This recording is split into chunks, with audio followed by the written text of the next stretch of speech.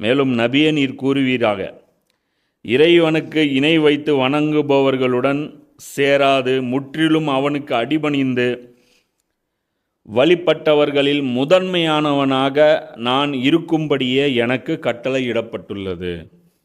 அல்லாஹ் அடுத்த வார்த்தையில் எல்லாம் சொல்கிறான். என்ன சொல்கிறான்? இணை வணங்குபவர்களுடன் சேராது. இப்போ இந்த மாதிரி இணை வச்சு நீங்கள் வணங்கிட்டு இருக்கீங்க, உங்களோட நான் சேர மாட்டேன். அவனுக்கு பணிந்து வழிபட்டவர்களில் முதன்மையானவனாக நான் இருக்கும்படியே எனக்கு கட்டளையிடப்பட்டுள்ளது. அப்போது ரசூல்லா தன்னுடைய ஒரு நிலையை என்ன பண்ணுறாங்க? டிக்ளேர் பண்ணுறாங்க. என்ன சொல்கிறாங்க? இன்னிலிருந்து நான் உங்களுக்கு ஆன்மீக குரு, நீங்கள் எல்லாரும் எனக்கு கட்டுப்படணும் அப்படி சொல்லலை.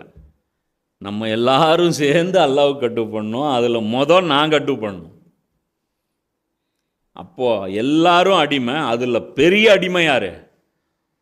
உங்களை விட அதிகபட்சம் உச்சபட்ச அடிமை யார்? நான் தான். இருக்கிறதுலே பெரிய அடிமை நான் தான். உங்களுக்காவது அல்லாஹ் 1-2 விஷயத்தில் விட்டு கொடுத்துருவான். ஆனால் எனக்கு ஒரு விஷயத்தில் கூட அல்லாஹ் விட்டு தர மாட்டான். கடுமையாக என்னை பிடிப்பான். இதுதான் ரசூல்லா வைக்கிற ஒரு தன்னை பற்றி வைக்கக்கூடிய எக்ஸ்ப்ளனேஷன்.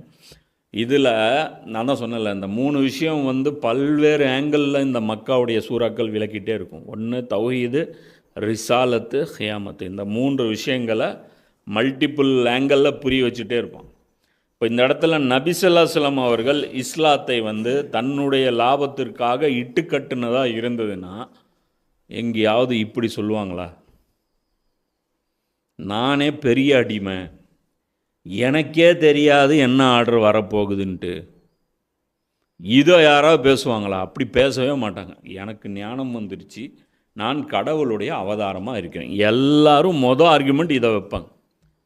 கடவுள்னு நீங்கள் தனியாக எங்கேயும் போய் தேடாதீங்க, நானே வந்துட்டேன் உங்களை தேடி.